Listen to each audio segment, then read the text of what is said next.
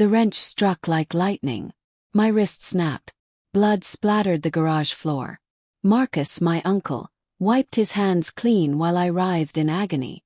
"Pathetic kids don't deserve questions," he snarled. Aunt Linda's cruel smile twisted her face. "Beggars eat garbage." My cousin Emma continued munching her pizza, ignoring my cries.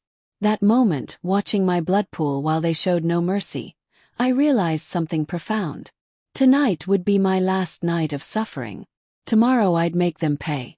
Growing up, I convinced myself I deserved this treatment. Maybe if I worked harder, complained less, stayed invisible, they'd show kindness. I believed their cruelty was discipline. Their neglect was teaching. But the reality was crueler. I was never the child they wanted. Emma was their golden prize, beautiful, spoiled, worthy of everything.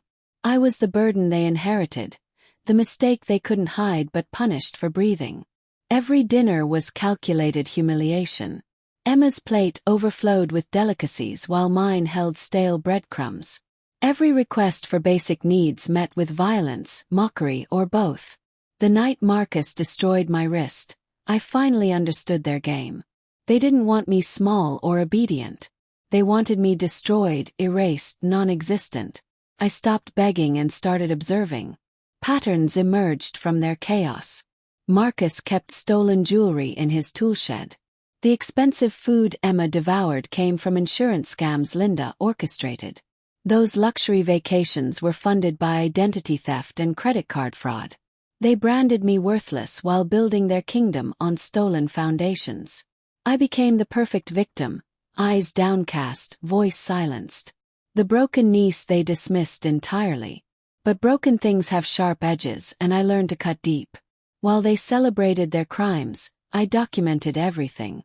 While they slept peacefully, I gathered evidence. While they crushed my spirit, I forged my weapon from their own corruption. Their downfall wouldn't be explosive. It would be methodical, precise, devastating. I copied bank statements showing fraudulent transactions. I photographed stolen merchandise hidden throughout our house. I recorded phone conversations where Linda bragged about her latest scam. Piece by piece, I assembled their destruction. The execution was surgical. Anonymous tips to insurance companies about suspicious claims. Detailed reports to police about stolen goods. Financial records delivered to banks showing systematic fraud. Then I waited, watching their empire crumble from within. The collapse began with frozen accounts and ended with handcuffs. Marcus paced frantically as creditors demanded payment for debts he couldn't explain. Linda's confident smirk vanished when detectives arrived with search warrants. Emma sobbed hysterically as her college fund evaporated, her privileged life crashing around her. That final dinner, our roles reversed completely. Marcus's plate sat empty, his hidden money seized by authorities. Linda's hands trembled as she read arrest warrants. Emma stared at me with newfound terror, finally seeing the stranger I'd become. When Marcus demanded answers, his voice cracking with desperation, I raised my scarred wrist. "You fed me crumbs," I said calmly. "Tonight you taste justice." Their laughter died forever.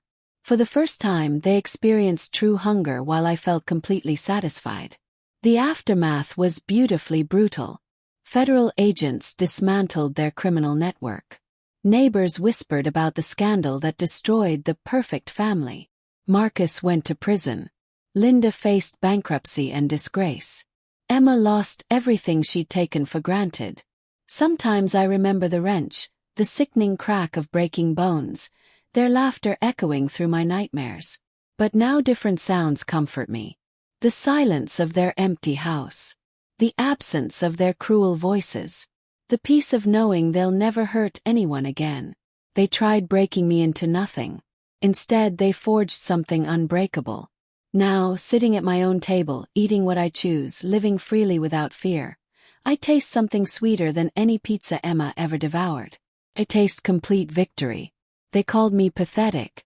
But their destruction proved who was truly weak. Some fires burn cold, and my revenge froze them solid.